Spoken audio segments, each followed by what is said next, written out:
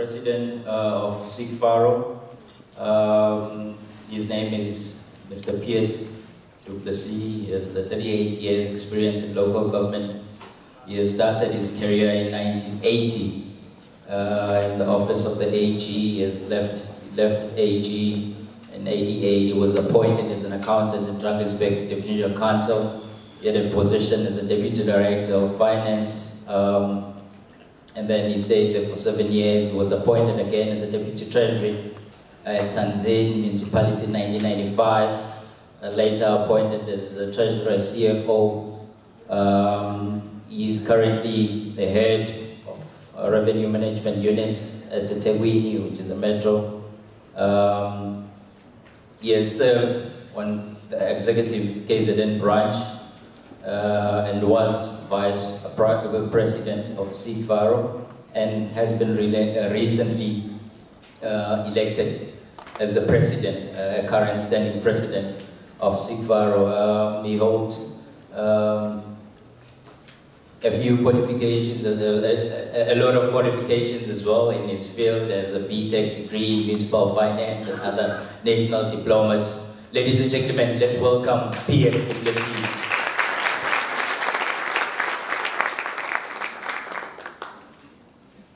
Thank you, Program Director. Good morning, colleagues.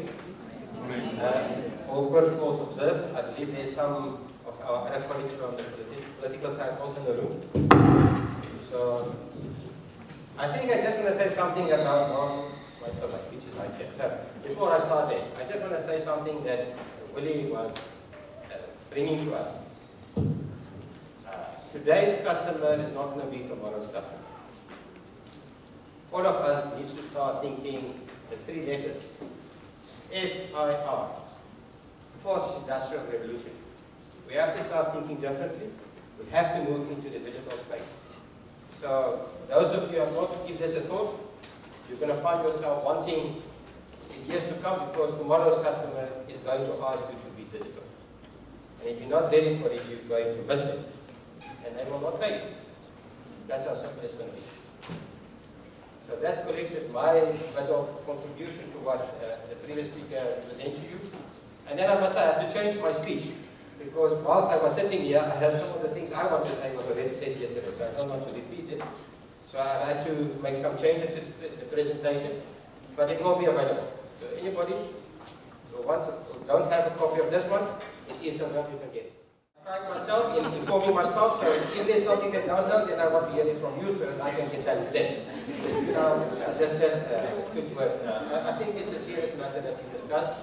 And I must say to the branch chair, thank you for arranging this summit. There was supposed to be a revenue masterclass, and normally this takes 2.5 days. So I tried to put my presentation into I've got half an hour, 40 minutes actually. And it's very difficult to put everything in there. So I'm just going to glance also some of the things, the more important things I want to raise with you, so that you can just pay attention. And the other thing that was said by the program director and the chairperson this morning. Colleagues, we're not just here for a vacation. We're here to learn. We're here to take something back to your own offices. And I've done these presentations over the last couple of years. I think this is the 5th year that I'm presenting on the revenue in the country. And every time I see new faces, like I'm seeing some new faces today, there's some previous faces I've seen. So some of you would have seen some of these slides. Because the message is the same. There's no change in the message. It's the implementation that's the problem. And the implementation is you and me. And I'll get through that as well. So please make notes. If you learn something, go and implement it. Don't just hear it and tomorrow you're back in the office or Monday back in the office, you forgot everything. Business as usual. It is not business as usual.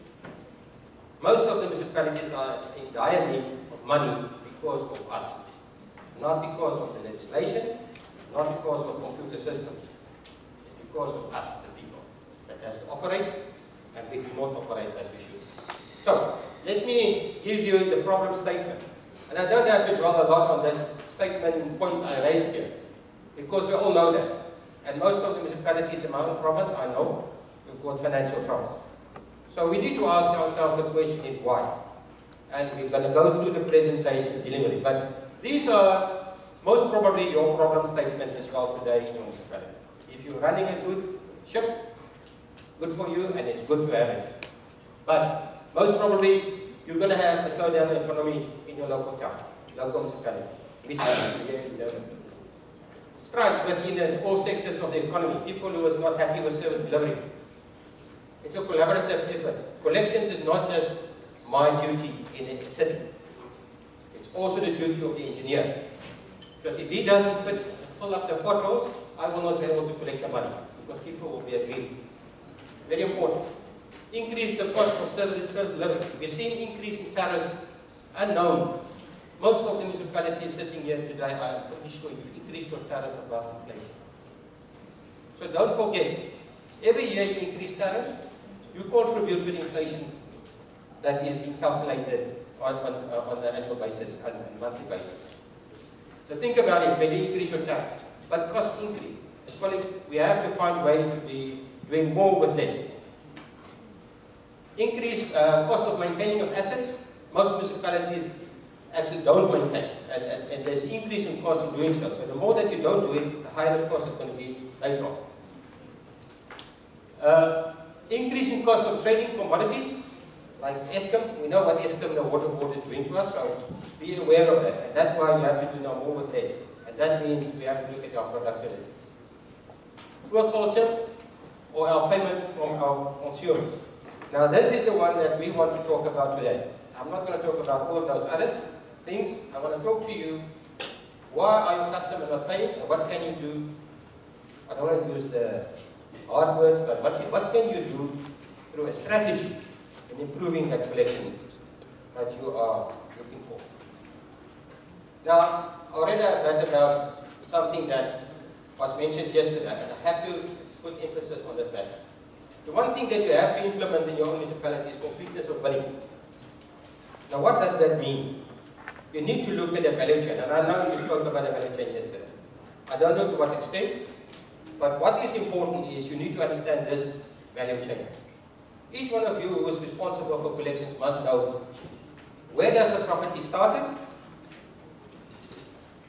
and how does it happen for services to be rendered to that property, and what does it mean for you if no payment is forthcoming duly, what must you do then to collect? And there's a whole process.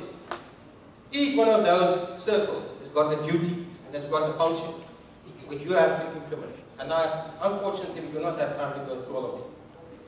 It's good for you to go and look at it and then think about your own municipality and say, do I have sufficient processes to deal with these issues? If you don't, then you need to implement them. Because that is the crux. This is the center of collection. Do you know whether you've got all your properties in your valuation log? We thought in Etequini that we do. Guess what? When we start doing audits, what happened? We discovered that we do not have all properties on our valuation log. We discovered not all properties that's on the ground actually appears in our GIS system.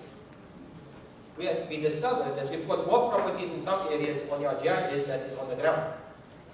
How's that? So you have to go through an audit process.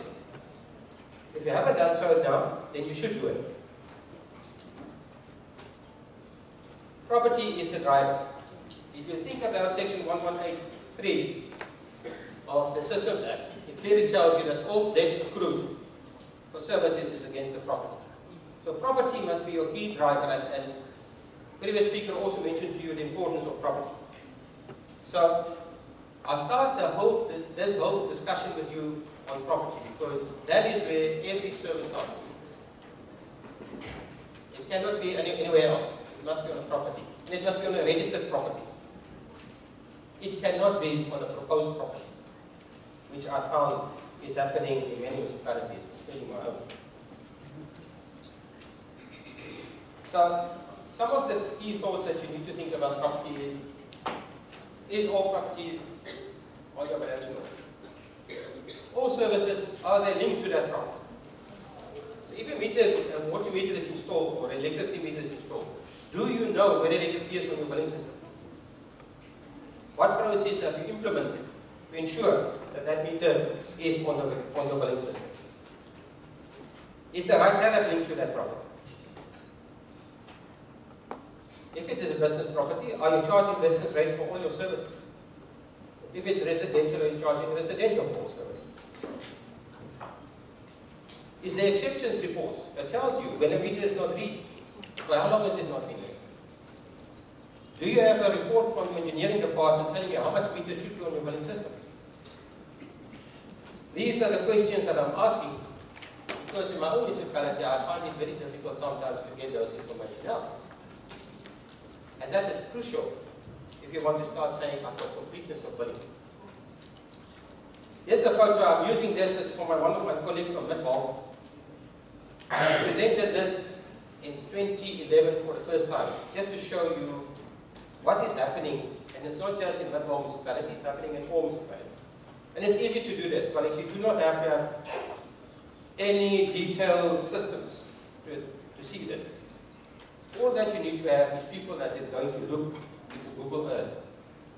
You all know Google Earth, don't we? So, very easy. This is a picture of the property in 2004. This is a Google Earth picture of this property in 2010. And you can see there's building on it, right? What the municipality discovered when they did their audit, and this is what you should do, when they did their audit, they found that the valuation roll still referred to this property as vacant, which is the previous slide I showed you. However, that's got the building on it. No building plans was it. So what is the communication between your planning department and your valuer? Is the planning department informing the valuer to say, listen, we have approved occupations, or we've inspected the area, we haven't seen a building plan for this property and it's been completed. So they have to collaboration internally. So that's what I'm saying to you. Revenue collection is not just my function. Or if you are here, sitting here as the revenue specialist in your own municipality, it's not just your function. It's collaborative across the departments in the municipality. Approved tariffs. Are you charging approved tariffs on all your customers? Is there a chance that somebody can come and challenge you on that tariff?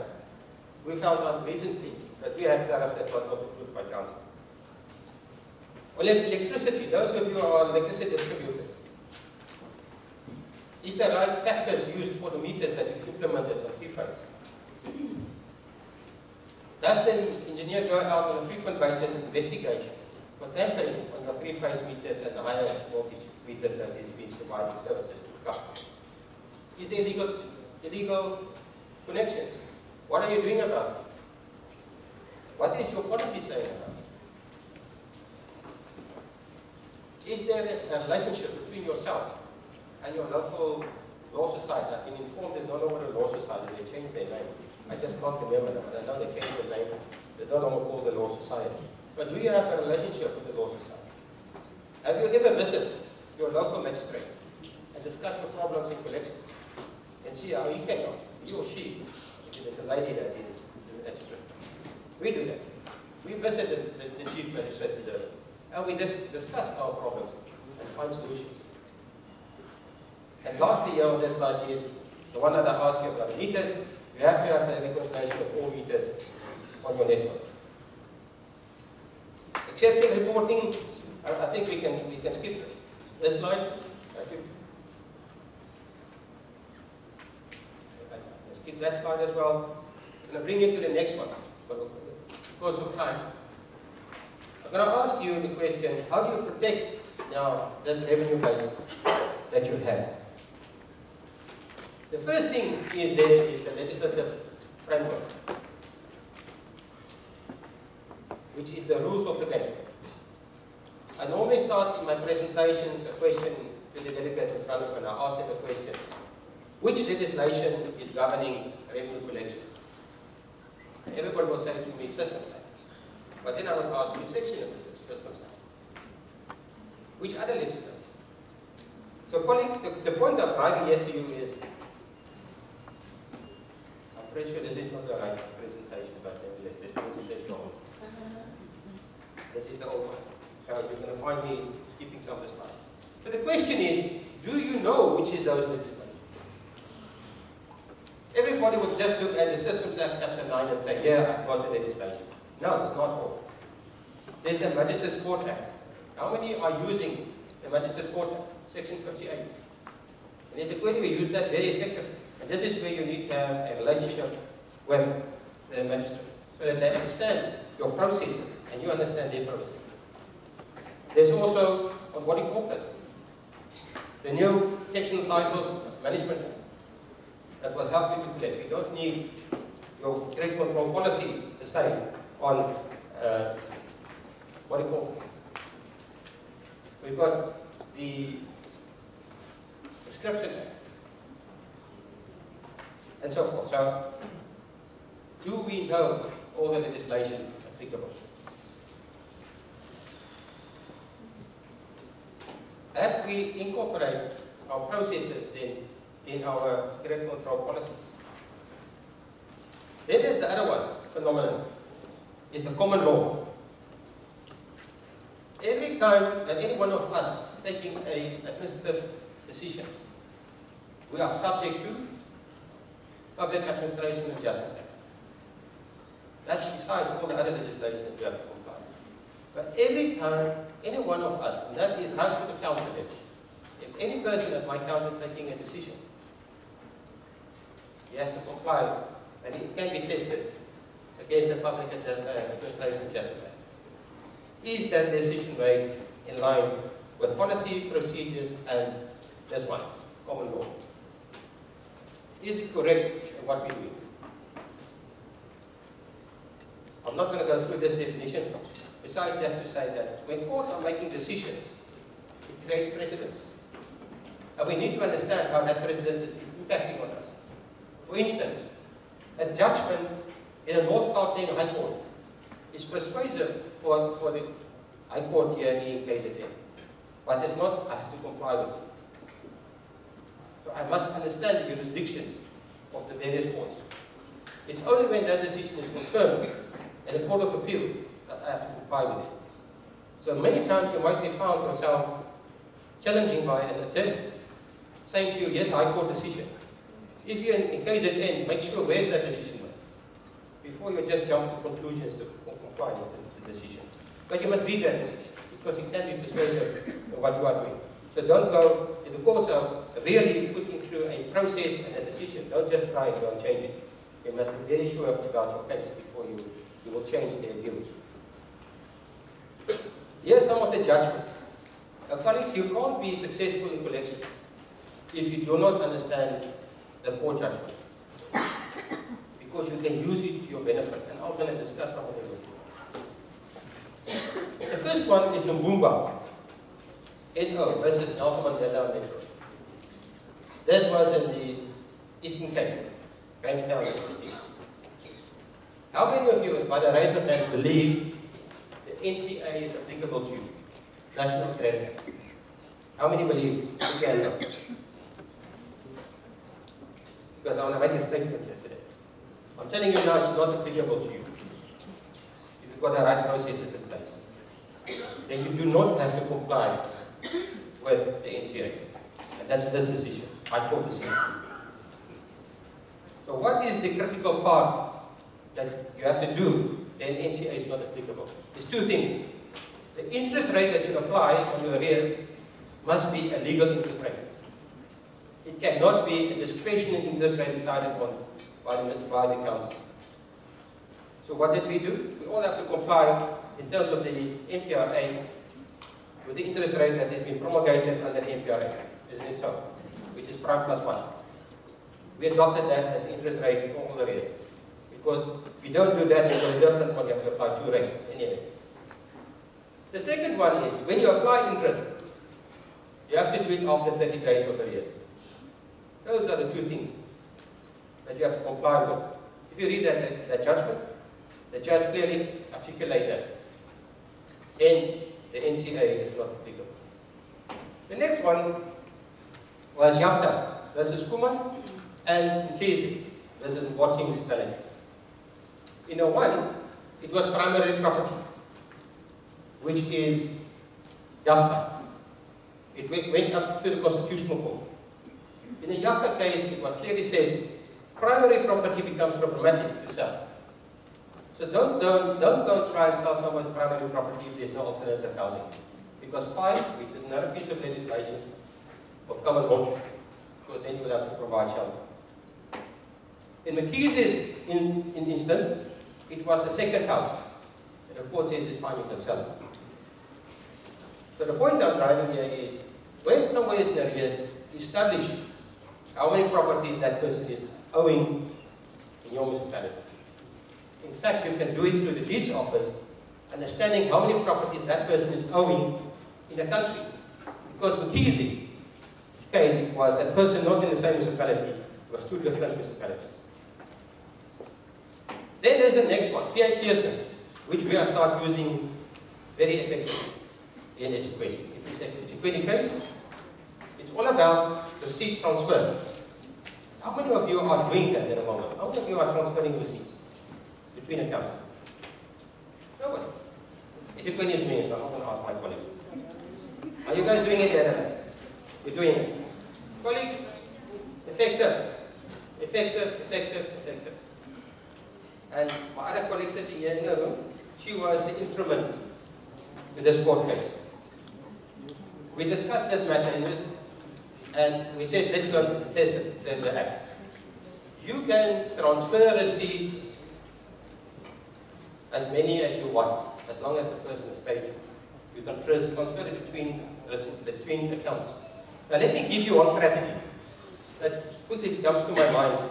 If you've got an account of Mr. A, he is in arrears more than 3 years. So you know now there's a risk of prescription, am I right? But you've got another account which he has paid in that 3-year period. What must you do? You transfer that receipt to this account. As soon as you do that, there's payment on that account. So prescription is no longer a problem. Yeah. One simple thing you can. Because payment stops prescription. The Act says you decide where you allocate payment. It's not for the customer to decide. But please make sure you've got it in your policy as well, what I'm telling you. But the point is, receipt transfer is effective. And I can give you some other ideas that later on. Let's look at the next one then. Hartzenberg and Beachy Bay. Hartzenberg and Beachy Bay are similar cases. In the Hartzenberg instance, which was also a Nelson Mandela case, they did not have the bylaws which is in sync with their policy. So what I'm saying to you, colleagues, is make sure whatever you put in your policy is affected by your bylaw. That's what the Act requires you to do. If you don't do it, you're going to find yourself in Hartzenberg's position. Because what happened in Hartzenberg? They stopped the selling of prepaid metered electricity in Nelson Mandela. But it was not entrenched in the bylaw. So the court ruled against them and said you can't do it. But now, we've got a different one here, which is the BGB and others visit Kopanong municipality. This is a more interesting one, because in Nelson Mandela it was the same municipality. Kopanong is slightly different. And this is where Eskom becomes now also relevant. In Kopanong, the electricity provider is Centlake. Those of you who are here from the Free State would know what I'm talking about. Centlake is an entity of Mangaung municipality. But Centlake is rendering services to other municipalities as well in the province, of which Kopanong is one. So Kopanong has got in their bylaw and in their policy the prevention of buying electricity if your rates and water is not paid. Now remember, it's an entity. It's another institution. Outside the municipality, there's only a contract relationship between the municipality and that institution. And they went to Centlake and said, let's connect. No more electricity to these people, so they don't pay taxes and water. They've been taken to court. Guess what? The court says, thank you very much. It's in your policy, it's in your bylaws, it's correct. Centlake do not reconnect until it's paid. Hence I'm saying Eskom is relevant. Because Eskom is rendering most of our municipalities areas of your jurisdiction. We must get them to sign the SDA, Service Delivery Agreement. And we're all working on that. The next one there is Joseph. Joseph versus City of Joburg. This was also a very interesting case. We're all assigning only owners, am I right? Owners only. Because we talk about property. So property owner, you are responsible. So what happened in this court case? We have to learn from this. And this has given us a lot of thought, food for thought, and we come up with new strategies. And I will discuss it later. But what happened here was, there was agreement between the municipality, which is Joburg City Power, and the owner of the block of flats. The owner collected rent from his tenants, but he never paid City Power. When City Power comes, they disconnect the block of flats and say, my electricity is not paid. And these guys, that was the tenant, said to the City Power, you can't do that. You've not notified us to tell us you're going to disconnect. City Power said, but I was no contract with you. I deal with the owner. So what happened here? And you can see this also went to the Constitutional Court. CCT means Constitutional Court, highest court in the country. The court ruled and said, no, you can't do that. If there's a tenant on the property, you must give them notice. So, the owner can't come to you and say, hey, my tenant is not paying, disconnect him. Can't do that. You can only disconnect if there's arrears. And if there's a tenant, you must give him 14 days notice. So be aware, if you don't do that, you've got a problem. There's another case which is not here, it's in Cape Town, where an owner went and said, my tenant doesn't pay me, please disconnect. The court has ruled and said, you can't take the law in your own hands. So make sure you've got a court order. So any owner, landlord, must have a court order to disconnect. You can't use the municipality to evict people. Then there's last one, which is, for me, a very serious one as well, that we all need to start taking notice of. It's the urgent case in up in Gauteng. What happened here? The meter was not read. Nensa was saying to you, do you have reporting that tells you for how long period the meter was not read? Here the meter was not read for more than 5 years. A water meter. Urgent, who is the company, used the water. And they admit, we've used the water. But we believe the municipality was negligent in not reading my meter. Therefore, they applied to the court and say, we regard this debt as prescribed. And the court gives them the nod and say, you are correct. So, municipalities, please take note. You have to make sure you read your meters monthly. Even us, we do estimates on 3 monthly, but we're going to find ourselves wanting when someone picks up this case to take us on. Because we also have meters that have been read for a long time. That's not been read. So, be aware. Then there's the famous one. I wish I had more time to discuss this one, Chairperson, which is section 1183. We all know what this is all about, 1181 and 1183. I give you the court cases here, colleagues. Please go and read them.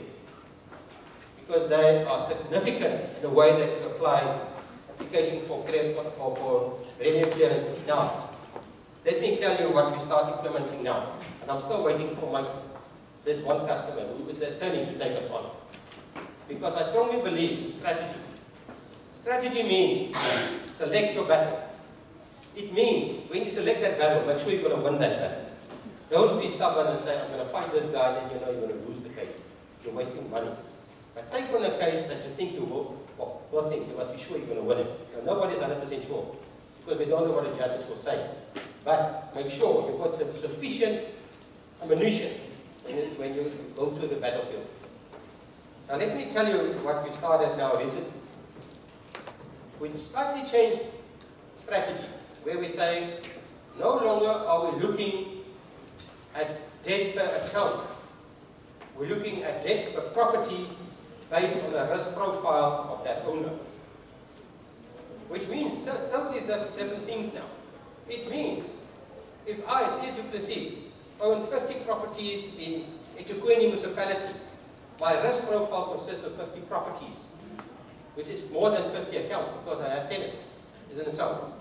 I might be an industrialist, but in a lot of industrial properties, I rent it out to people. But my risk to the city, my profile, consists of that 50 properties. And we are saying, if you owe me money on any one of the 50 properties, remember now, receipt transfer, this is in the back of our desk. Any property you owe me money on, I prevent you from selling any one of those 50 properties. I block you. So we put a block on the property. We say this property, when it goes into the revenue clearance process, block it, say, oh, credit control. By credit control, you guys know now, we've discussed that. If this property is fully paid, but the one that's in arrears, I will transfer all the receipts out of this property that's up for sale to those that's in arrears. And then I issue my revenue assessment. Are you guys with me? What I'm doing? So what am I doing? I'm attaching the property without a court order. Strictly speaking. So that's what we're doing. We did it with the attorney. We'll wait for him to take it to court. He has not really done so for the last, and he's waiting for his revenue assessment. So we told him, pay the money. Because we want him to take us on. Because we want to test the principle of what we are doing. Because nowhere in any legislation does it say, when you apply for the revenue clearance on that property, you can't do a receipt transfer. Right? My policy allows me to do this. So colleagues, just one thing of receipt transfer that you can do. Okay. There's one other thing I want to say here, and it came up. How much time? 5 minutes. Oh. Another thing that came up. District municipalities and local municipalities will start talking to each other. That will become brothers and sisters. One family. That's the only way we're going to win this battle. Because we have to start working together. Don't work on your own. Because I know there's some people that believe it's mine. This is my domain. I don't need anybody here. It doesn't work like that, colleagues. We have to work together to make this work. Credit controllers. I have to go through this because I must tell you the story. Must be the right jockeys on the horse. You must have the right people. I've now been chased up for 5 minutes. We talked about tariff setting yesterday. Make sure that the tariffs are really cost effective. The user pay principle must apply. Every user of services must pay. We know what it actually says for indigenous, so there you have to make allowances for. So customer care. Here's the story. When somebody applies for services, this is where you have sympathy and empathy. That's where they come in and say, I want to connect my services. I promise to pay. Sign my agreements. The bottom part is only empathy. There's no sympathy. You cannot have people collecting your revenues who easily get emotionally involved with people. They are not the right people. So any one of you are emotionally inclined and you sit in that position, I'm saying to you, you're wrong profession there. You need to move on. Because it's not good for your own psyche, for your own being. Because you get involved. When you go home at night, you get worried about the person. That person is going to be in a dark for the night. Oh, I'm so worried about that person. No, you can't be. You can have empathy. Because that's what we all must have. But when you get to collections, you collect money. You must be able to listen to somebody's problem and say, sorry sir, I can't help you, it's going to have to pay. I sometimes ask the question, any one of you sitting here, we all moved out of our homes where we grew up, our parents are still staying there. Will you be able, are you in a position yourself, innerly, inside, to disconnect your parents in the other areas? Can you do that? If you can't do it, then you're in the wrong position.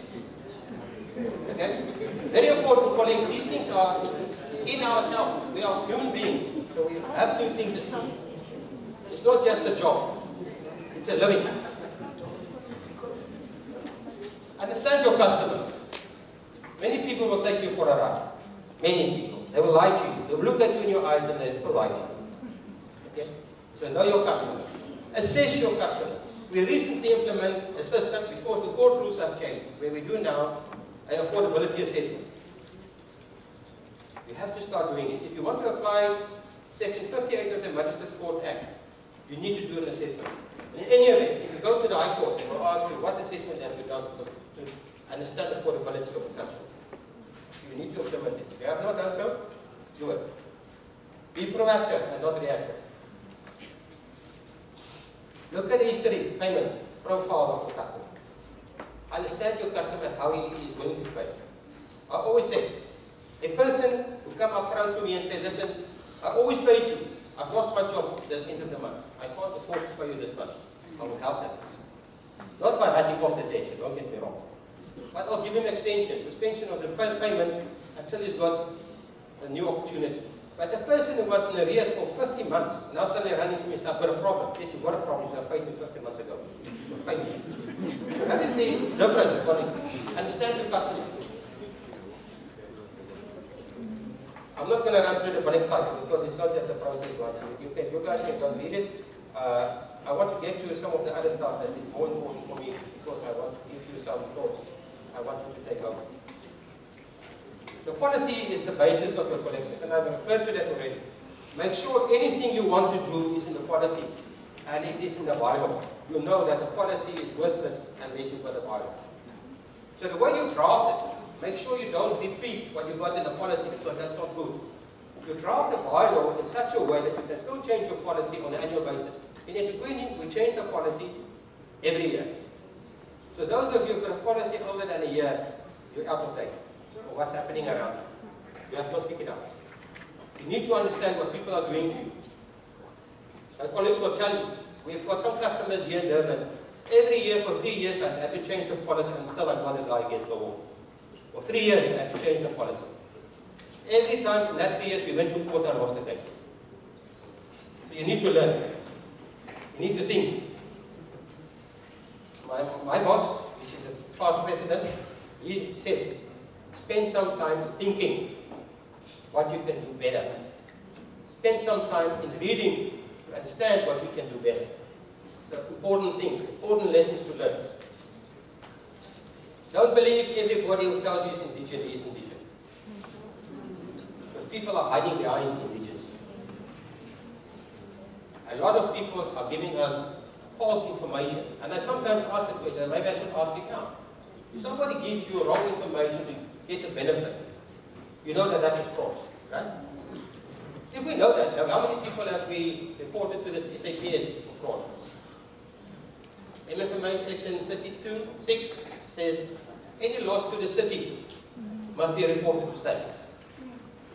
Are we doing it? No, we're not. Why not? We need to get that discipline in our communities. Unauthorized consumption.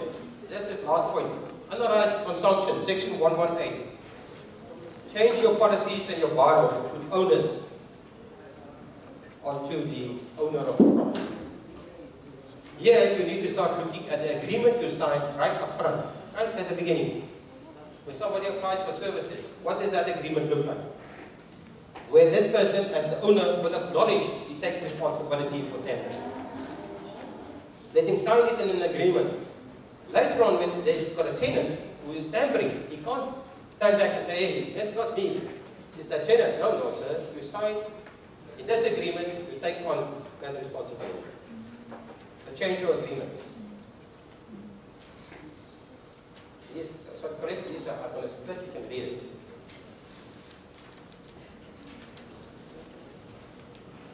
What I want to say to you is, the one important thing, the time of thinking and time of reading, be innovative. Think outside that box. Don't do as we've done in the last 50 years. We must change. Remember I said to you, tomorrow's customer is not today's customer. Today we are still in the different systems than we're going to be tomorrow. Tomorrow is digital. You're going to find yourself with new challenges. So think out of that box. Start reading. Spend time for that reading. At least 1 hour in a day you must spend on reading the change in the environment we are operating in.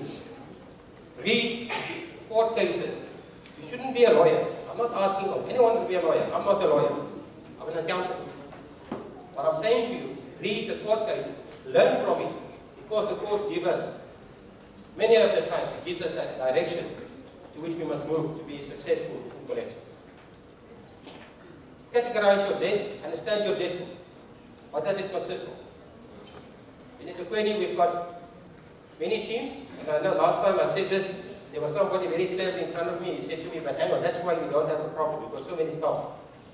Then we start doing the analysis. We get to a point where I told you, every staff member I've got in my teams got at least 10,000 accounts to look after.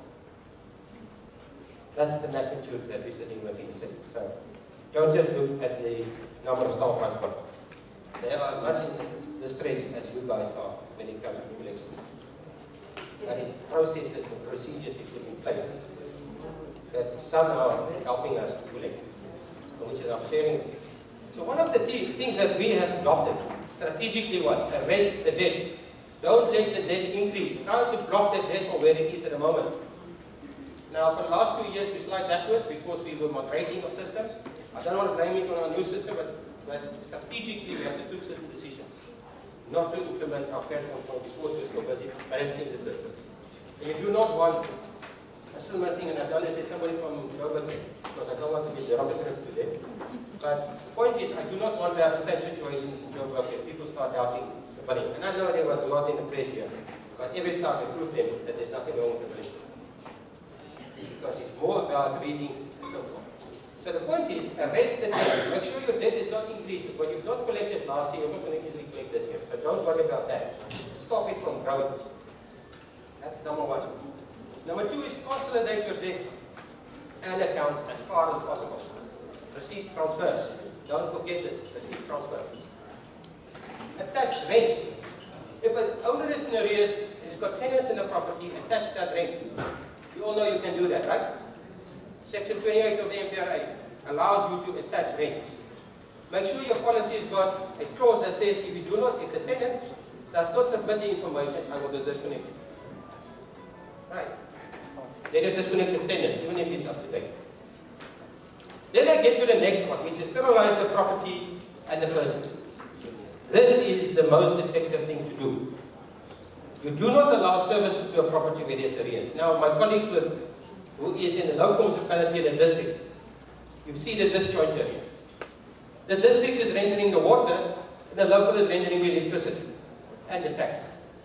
Now, the district is in arrears, but the locals, so water, electricity and taxes are paid. What happens? Disconnect. Prevent the services to that property until electricity or until the water is paid. That's what I'm saying. Locals and districts must work together. Sign those agreements between yourselves. Get those agreements going so that you can act accordingly. Don't be on your own. You don't have to be on your own. Sterilize the person. Our whole intention was all along to obtain judgment debt ASAP. The closest route to judgment debt. Not appointing an attorney to make money out of the municipality. We do it all ourselves. Customer signs an agreement, consent to judgment, Section 58 of the Magistrate Court Act. Once he defaults on that agreement, follow the process, take the agreement to court, obtain judgment. That's how easy it is. It's just there's a few processes you have to follow. Unfortunately, there's no time for me to give you all the processes, but certainly you're welcome to contact me. I'll send you the documents, I'll tell you exactly what the process is. The only new thing that came in is what I mentioned. Make sure you did an affordability test of the customer, because the court will not take that on unless you've done that. So that is the other thing that you have to bring in, thanks to our small owners. There's shots that is out there, no shots. Right, credit control. Reallocate payments, I spoke about it. You should know this is in terms of the MPRA, into tenants, staff and councillors. I'm pretty sure there's at least one official sitting here today that's owing his municipality money. I'm very sure about it. Am I right? Colleagues, this is something. I ask the question sometimes. If you work in Checkers, and you say to the manager, hey, listen, I need food tonight. I'm just going to take something off the shelf. I will come and pay you later. Take it and walk out. You think what's going to happen to you? They will charge you for that, number one. Number two is you're going to lose your job immediately. That's what's going to happen to you. Why do we have it in local government? Why? Why do we still have staff that's not paying their bills? Yet they expect their salaries. I'm just asking you a question. But think about it. We are very privileged where we are working, but yet we still complain. Building plans. Think about your building plans approval. Put something in place to say prevent that from happening. Think about business licenses. Don't approve business licenses if there's outstanding debt. Payment to suppliers. Settle. Because most of these new tender premiers know. If I tender, I must make sure my account is up to date. Thereafter, it does not get in arrears. No. If he falls in arrears, I owe him money for the service rendered to me. He owes me money for my services. set it off. Don't pay him. And expect him to pay you back. It's not going to happen. So you set it off. Take it off the money you owe, he owes you. You owe him to take on the money he owes you. And this is also in a court case, so don't worry. You'll be covered by the courts. You can do that. It's common law, but you can also do it. In terms of court rules. I know my time is up. Yes. The evaluation of your collections is very important. You guys, I'm not going to, unfortunately, there's no time to run through this. Road ahead, some key thoughts. Is communication to the public. Make sure you tell them what you are up to do. SCM control. Make sure your policies are in place. Indigent management, I didn't have much time to discuss the indigents. Contracting with others, with owners only, and for that, collecting all outstanding debts on property from the owner. Training of your staff, very important. At least we've got once a year a training process with our staff. So that's something you can do, and we make sure they've got the policies in hand. We issue it out to our staff. Make sure your staff got the same. Designing of tariffs. Unfortunately, we didn't spend a lot of time on tariffs, but tariffs is very important to make sure it's affordable, people can afford to pay, and you know it's paid according to use. Other key thoughts, get political buy-in, very important. Just one thing for my colleagues on the political sphere. Many times there is a view that politicians are actually interfering with credit control. They should. They should have the right to do it the right way, with all respect. The act is saying the role of the councillor is to enforce the implementation of the policy. So if I don't collect, it's the duty and the right of the councillor to come and ask me and say, how come have you not implemented your policy? And that is what the act is taking to happen.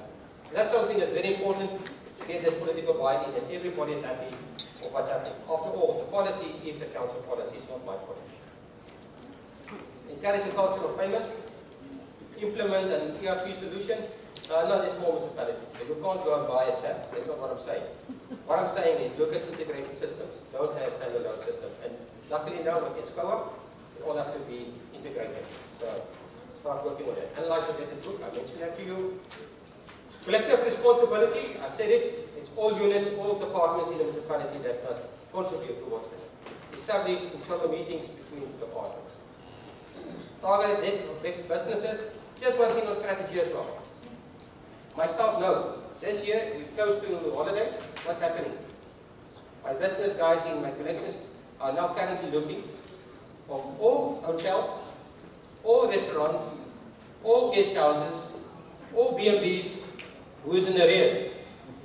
We're going to disconnect them as soon as the school holidays has been started. But that's strategy. That is strategy. Why? All these guys are going to jump up and down and say, hey, I've got a full house. Oh, sorry, pay me. It's got a full house. See, so colleagues, look at your battles. Look at where you want to disconnect. Strategize to get the biggest impact. Target your staff and your councillors because they should not be in arrears. They should report up with them.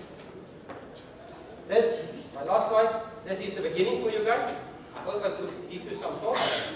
I know I'm a bit provocative as well. But colleagues, we have to do something. And it starts with us. It starts with you and with me. How are you going to implement this in your respective